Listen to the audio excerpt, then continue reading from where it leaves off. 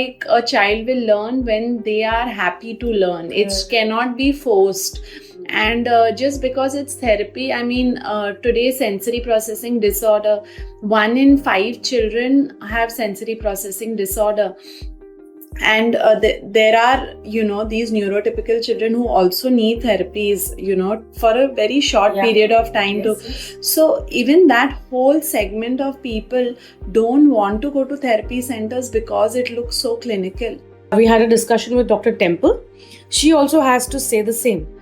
Don't think that when the parent gets to know that the child is on the spectrum, they can learn everything and get a PhD degree. No, you need to ask for help. You need to involve a lot of people is when you can run the show. And would bite corners of his nursery furniture, the toys. And suddenly I started doing research. It's like, the kind of paints. And then I read about lead intoxication because of paints. And then I was really scared. Okay, I have enough of my plate. I don't want something to add on. So that's when I thought about this idea.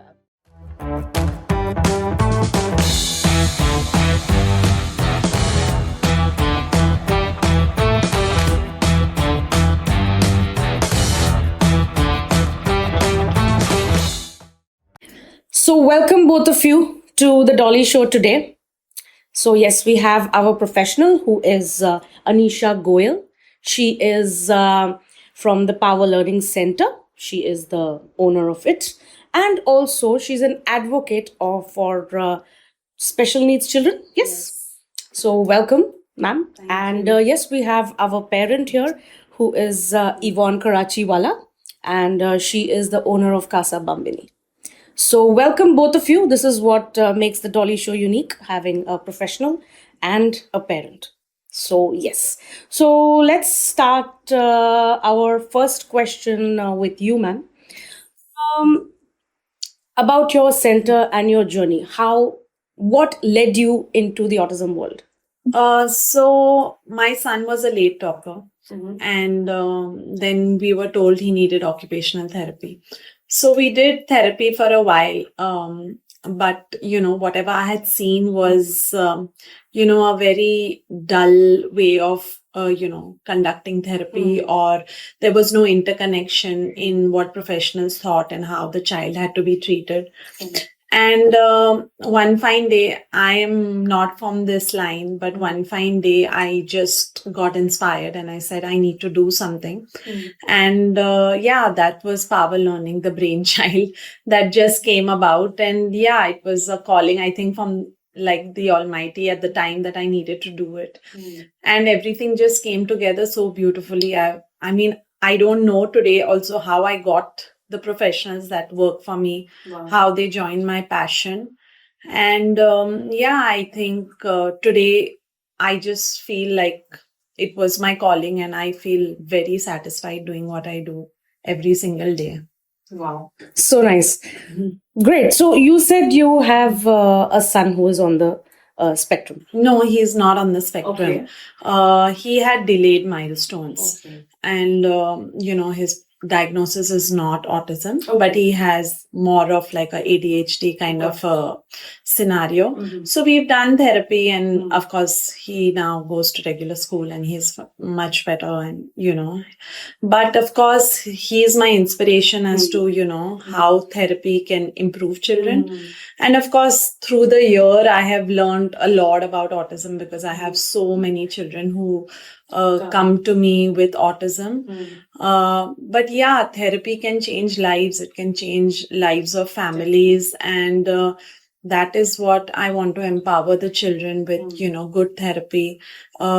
Professionals taking them on as a challenge, not like saying that, okay, I'm doing my job and whether therapy works or doesn't work, that's not my lookout, because, as a parent, like, okay, there was, there is a problem. So, if I'm not achieving what I need to achieve, I still have that as a, backstory to go back to that, there's a problem.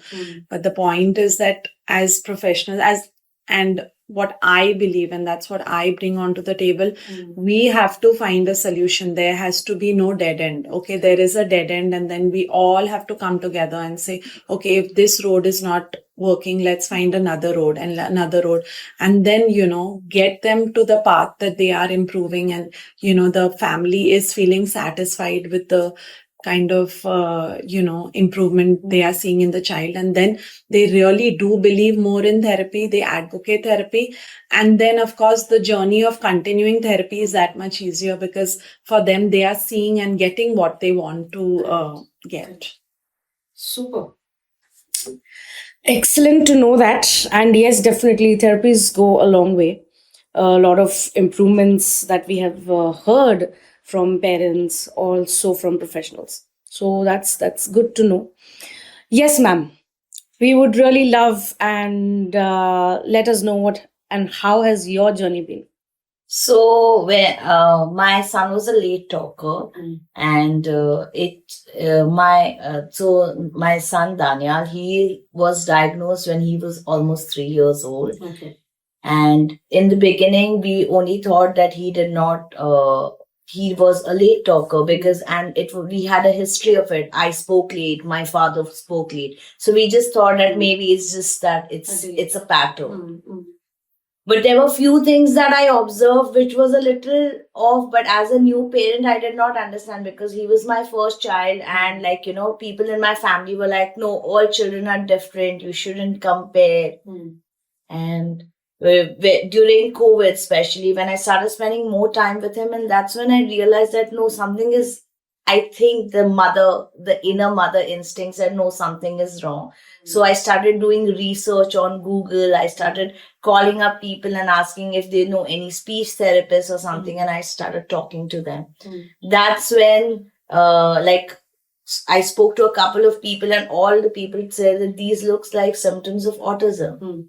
And I did not know, so I started Googling and I started understanding what it could be, what is it, because I had never even heard about this, what this autism spectrum is.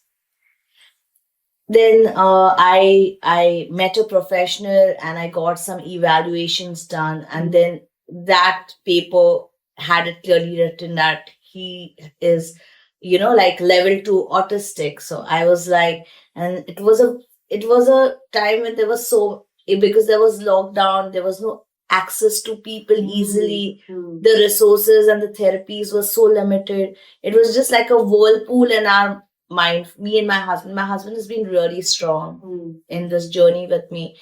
Though it was, the way we processed it was very different, but he was always there for me because he not only had to process my son's diagnosis, but be there for me.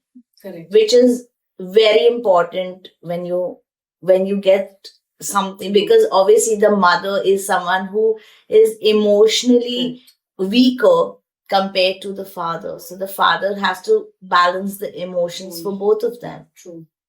Then once it was on paper, then we started processing it. The moment we processed it, we knew that we would be the strongest advocate. Like people told us, why are you so open about it? I was like, if I'm not open about my child, then I don't think anybody else in the society is going to accept him. Correct. So I have had a journey which has been like a ride. And then about a year back, I met Anisha. She was my savior. Like I went to so many centers and so many professionals, but I wasn't getting something where I was getting the comfort.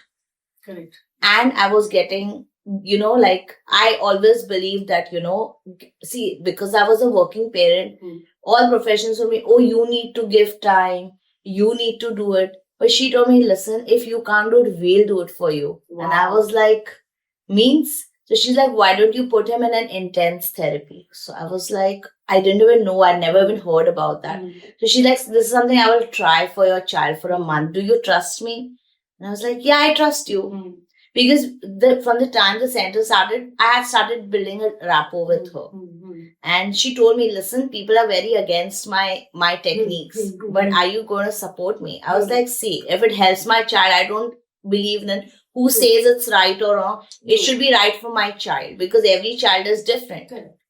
And it really worked. And now it's been a year. My child has been doing intense therapy, like a school system with her.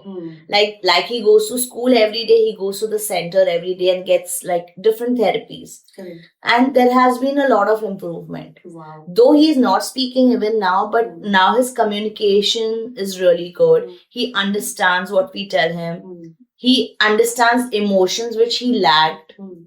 His indirect communication is great. Like he can convey what he wants from us or what we are trying to tell him, he understands. So all of this was all the efforts that the therapist put in. Like, like many people told me also, oh, don't you think you're overdoing therapies? I was like, no, I think this is working for my child. I don't know if it works for yours, but it's working for mine.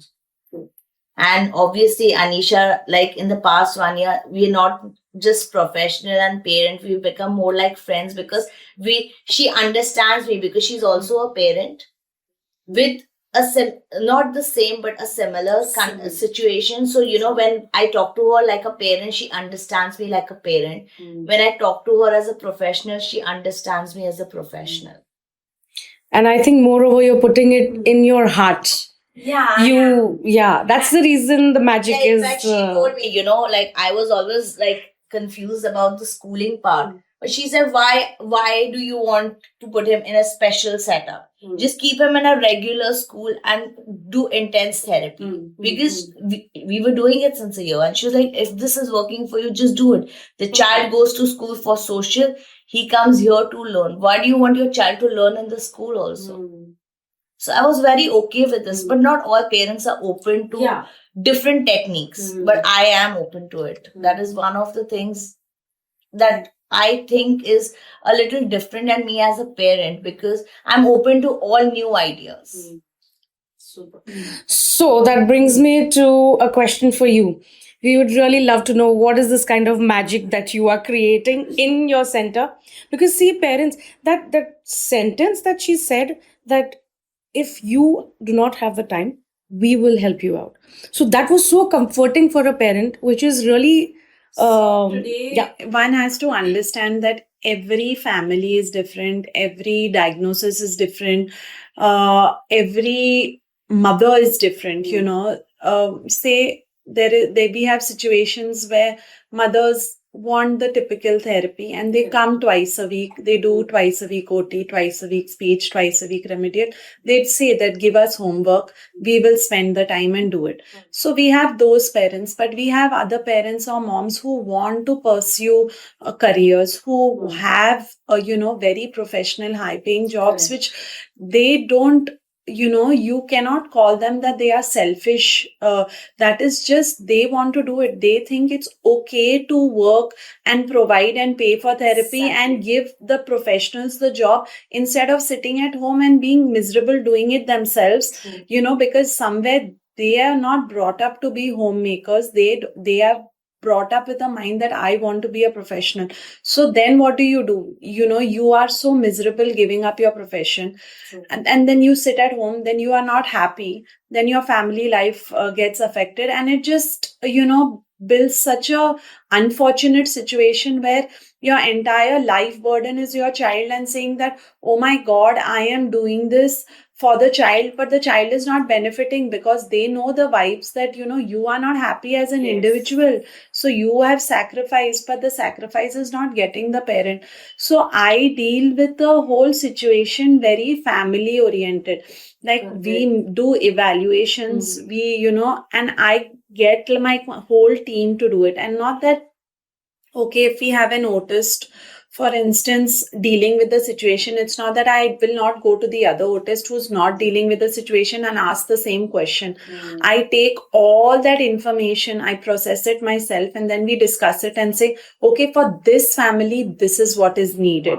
And then we propose. So when we started, it was something that, okay, everybody thought that nobody really did it in Bombay. So everybody was like, oh, this is a commercial thing. Oh, this is this, she's just trying to make her center.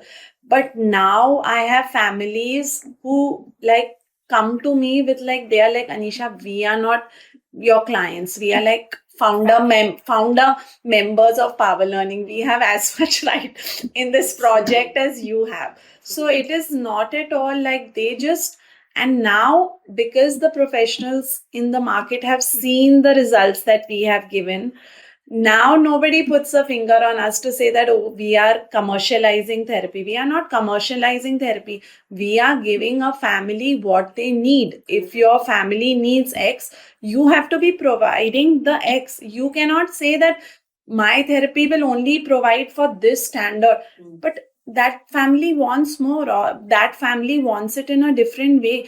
If they want OT, if they want to send their child to me as a therapy school instead of a therapy center, that they do it twice a week, and they say, but we are not, we are leaving the house at 8 in the morning, we are coming back at 8:30. For us, it is important that our child loves the place. You are giving us what we want. We are comforted. Our child, like I have parents who say that, when I talk about being thankful, my child will say, I am thankful to Power. I am thankful. And she will not miss one teacher, whether the teacher teaches her or doesn't teach her. She will be thankful for it. And I am so thankful that I got this opportunity. Like I said, it was a calling from God. Today when I think about how I did it, I don't know how I did it myself. I mean, I have one of the largest, if not the largest centers in Bombay. And I got it up and running in 45 days. So even now thinking about it, once we opened, even my own mother said, how did you do it? I said, I don't know how I did it. Was it challenging? No, I didn't feel it was challenging. It just went like, I had all these professionals like call me up for jobs. Of course, when I started off, I said, I will get the best professionals and I will give them job satisfaction by paying them what they deserve. And in turn, they will give my parents what they need. You are taking care of all the aspects, and that's how the entire circle is run perfectly. Yeah. Super. Amazing. Putting in your personal touch is what I think should be there with the professionals, with the therapists, is when the magic works. Absolutely. Because see, what happens is, of course, they see child after child after child. I'm usually in the foyer, always looking at what a child is doing. So that 1 minute between the child, if something is bothering me, the therapist will put it that, Anisha, today this was off, or this is not working, or that is not working. And I get that minute or two. Of course, we have team meetings and everything. But every session, if something is off or something is playing on a therapist's mind, they have that comfort to come and tell me. And then at some point of time, I will discuss it and say, okay. And if that concern is still there, we will call in the parent and say, okay, now we propose this. Maybe we need to change the formula. Maybe we need to do something else. Maybe we need to go into school intervention and say that, maybe the school intervention, what the teacher is understanding of the child needs. So I have not left like, it's not like a child comes to me and say, we do a therapy and we go and we see that life is going on. There will be progress, right? Life goes on. But progress is very, there can be progress of 20%, there can be progress of 80%. As a parent, now they believe that, oh my God, my child had so much potential. So that's, it's very easy to say that my child is progressing. Of course, they are growing in age. They are going to progress. But are they progressing to the right amount at the right time is what we need to give our parents today, and give them hope, saying that, this is your child's potential and they can really live a completely fulfilling life. Yes, definitely. Yeah. And no diagnosis or no delay can today come in the way of them living independent lives. Perfect. We had a discussion with Dr. Temple. She also has to say the same. Don't think that when the parent gets to know that the child is on the spectrum, they can learn everything and get a PhD degree. No, you need to ask for help. You need to involve a lot of people is when you can run the show. And it takes a village to, so ask for help. Definitely. Take as much, engage your child in different ways and, expose them. And, whatever, for me, as the mental health of the mother plays a huge part in the you know, and my point is, if the mental health is, and that is what I protect my parents, because I say even those 20 minutes, even if it's a dinner time, even if it is a bath time, you have to be content as a mother, because that is what is giving your child all the empowerment that they need to survive the 24 hours. If you are grieving their diagnosis all through the day and evening and night, and you are giving exactly that energy to your child, it is just, don't think that they don't understand. They understand everything. They understand more than we understand people's feelings. And you know, we don't need to tell them that, you know, the diagnosis is burdening me. They will understand that from our body language. So if you are, you know, wanting more help, it's okay. And then spend that 20 minutes and, you know, empower your child to say that, you know, this is okay. You know, we will both get past it. So yes, as a parent, as Anisha said, that it is important for a mother to be in that happy state. The saying goes, if you are full is when you can provide. So yes, you are very active as a professional, and you are definitely taking good care of your child. So how are you managing this? And what about your me time, your happiness? So, like, you know, when I mentioned earlier that when I said I can't do this, it was because, see, I am not someone who has any background, or as I told you, I didn't even know what autism spectrum was before the diagnosis. So if you tell me to do therapy or like whatever they ask us to do, my child doesn't will to do that at home. And so why am I getting forced to do it? When he's not ready to do with me, he finds me as a comfort zone. I prefer to be his comfort zone. Why do I also become a therapist at home for him? Every child needs a comfort zone. If my child considers me a comfort zone, I want to be his comfort zone. That gives me happiness as well. Because obviously, when you come through with such a diagnosis, you have already gone through so much ups and downs in your mental health that you don't want, like, you know, doctors or professionals also dictating on you. Like being, especially after having a career, Daniel made me switch my career. So which I'll talk about. But at that point of time, I did not want someone to tell me, you do this, it's for the benefit of your child. But I'm not a professional. I don't relate to it. I don't understand it. So why should I do it? True. That doesn't make me a bad mother. Definitely. Like many people told me, give up your career. Why do you need to work? Give more time to your child. I said, I don't think so. I said, if I can provide what my child needs, maybe through a center, through school, through other activities, I think it's enough for him. He needs the love, care, warmth, and his safety in me. He doesn't need the other things from me. Wow, so perfectly put in across. So yeah, which brings me to another question. We have researched about the Power Learning Center, and you have collaborated with a few celebrities as well. So we would really love to know about that. And how has it helped? I mean, how does that work? So we haven't collaborated with celebrities. It's just that somebody, actually, we have not gone to anybody. As far as Anupam Kher is concerned, we are in the same building as his acting school. And he has seen the children and in turn wanted to come and said that, can I help? Wow. You know, So nice. so, you know, like I said, we are a very new company, but I mean, I'm blessed today to say that every professional and doctor in the city knows about the Power Learning, and something that it was not planned for.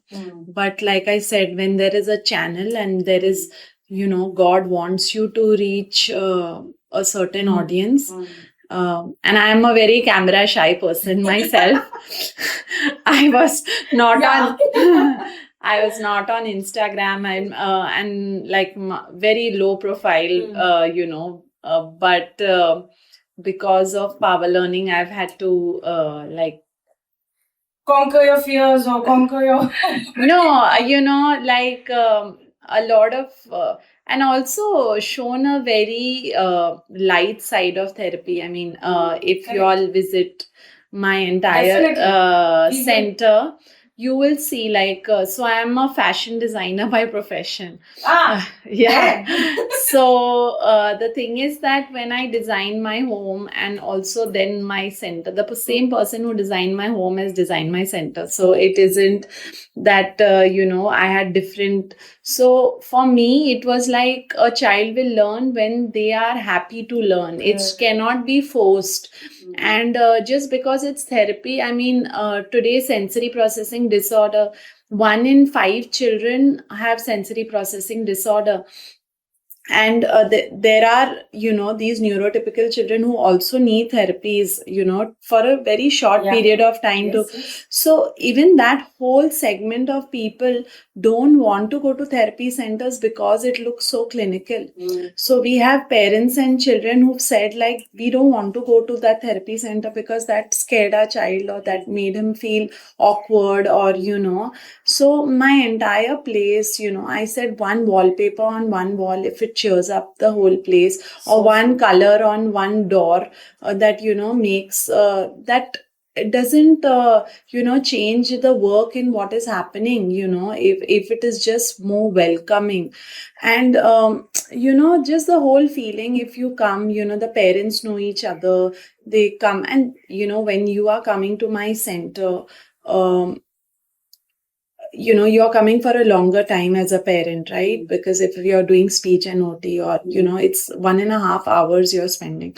So the environment has to be welcoming. I mean, we celebrate every birthday in our center. There's always something going on with the, for the parents, simple thing like a enjoyment when they are waiting for their child. Having a simple coffee and a biscuit is a luxury. I shouldn't say in our country when you take your child for therapy. I mean, like, it cannot be like that, right? So, I mean, These are little things, but they do matter. They do matter, right? Because, the parent is stressed in coming to the environment. They should feel relaxed. They should feel welcome. The child should feel welcomed. And, I was told that I made therapy look very trivial and, the way I had done it. But it's not, like I said, you need to give it to your child. And you give it to your child and you move on, right? I mean, it just doesn't like, oh my God, it's this clinical setup and oh my God, it's this medico industry. No, it's not. You're dealing with a child and emotions and feelings of a parent. It is not a medical. I mean, it is not like, a hospital that can look clinical where you have to go, like, God forbid, one in how many ever years. Here, the child and parent is coming every day. So it cannot give you that feeling that, oh my God, I'm sick and I need help. Yeah, so it's okay. I mean, as long as the job is getting done, that's what it is. And, like I said, mental health, we keep forgetting that part. If you're going to break down at any point of time and every time, it just will not help, because it's not something that you're going to get over, right? It's not like, of course, the children, like I said, who have SPD, they get over it in 6 months, 1 year. But there are some journeys that will never end. So you just need to say that, okay, the journey is continuing and this is a part of life, and, you move on with things. Great. So, yeah, we really want to know your switch of your career. You said you were into something and then now you have changed. So I was an interior designer and I have done my master's in design from Italy. So when I came back, I joined my family business, which was into interiors and furniture. So during the lockdown, because of everything being closed, I was confined with Daniel, you can say. It was not in a negative way, But I think that confinement was something which was an eye opener for me. When I was confined with him, that's when I started to feel that the like I said, my motherly instinct told me that something is wrong. At that point of time, something that is referred to as spica is what I saw Daniel going through. He would bite corners of his nursery furniture, the toys. So I started to get it. There was enough running already on my mind. And that's when I saw he was just, biting into all his toys, his nursery. And suddenly I started doing researches, like, the kind of paints. And then I read about lead intoxication because of paints. And then I was really scared. Okay, I have enough of my plate. I don't want something to add on. So that's when I thought about this idea. I was like, why don't I get a brand which is sustainable, which uses natural materials and paints which have zero lead content. Then I started doing research over the internet, like, which are the brands and all, and there were hardly any. And also there were some norms brought by the government that importing toys had become difficult. So I was like, it's a good opportunity because I already had a team of artisans who I worked with my previous profession. So I started creating some things for Daniel. I read about, like the child needs gross motor activities and fine motor activities. And I started to, find like pictures of toys which were made from natural wood, which were available overseas, but they were not there in India. So I was like, let's pick out some toys and ask the artisans to make them. When I saw them, I was like, I showed it to my friends and they're like, oh, this is wonderful. They're like, why don't you get us also? And this is how it started. Wow. And I had one confidence that, okay, there were no chemicals being used. Even if my child ate it, it was just natural wood.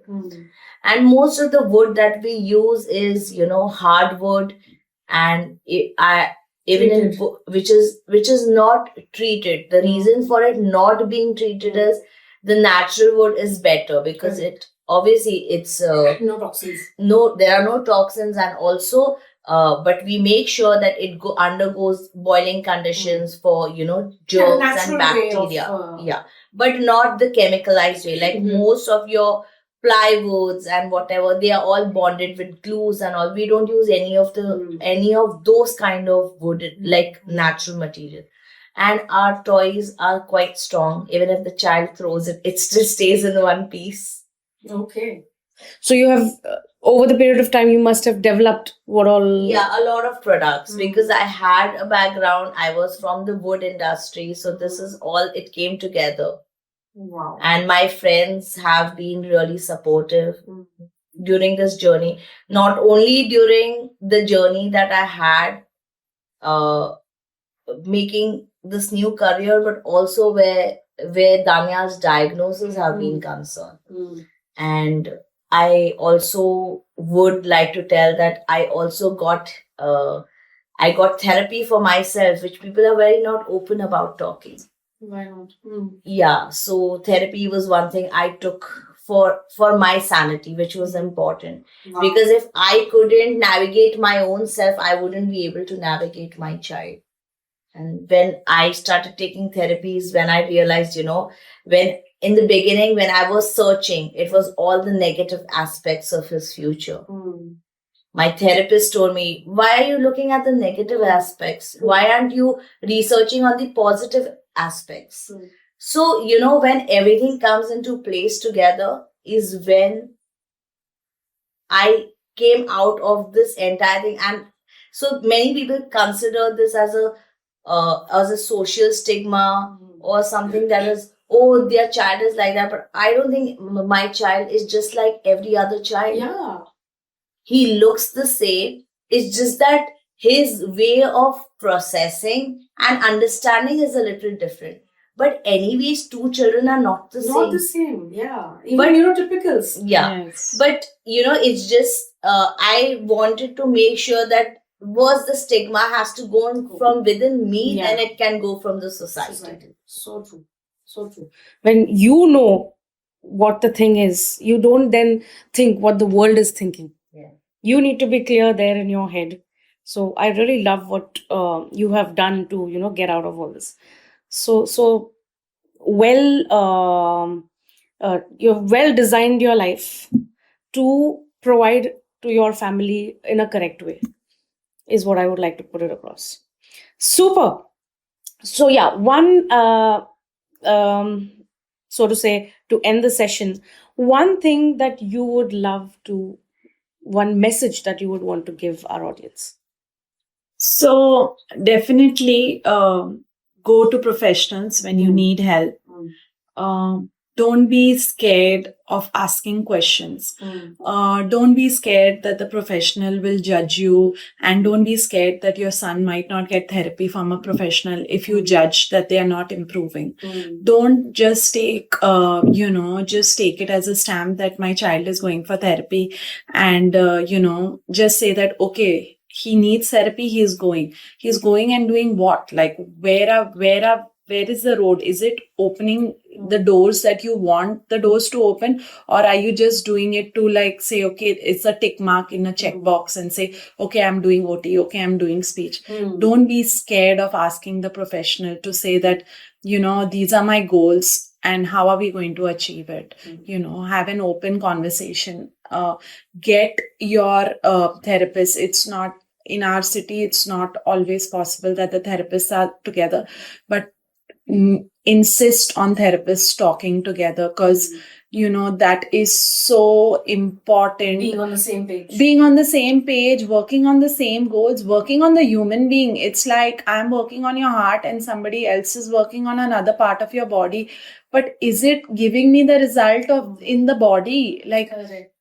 as a human being, are you achieving the goals? It's not that, oh, you can jump and you used to not jump, but are you, as a human being, are you progressing as a whole? Are you getting more independent? Are you achieving, are you more comfortable in a school environment? Are you doing things that you used to not do earlier? So yeah, that's what it is. Just, keep believing. Don't let anybody shatter your dreams. Your dream is what you make out of it, right? So don't let anybody say that your child will not be able to, because nor have you seen the future. Like, so just continue the journey, keep working, keep believing, and keep believing that there is a path why you are there, and it will take you into the right path and the right journey. But keep working hard.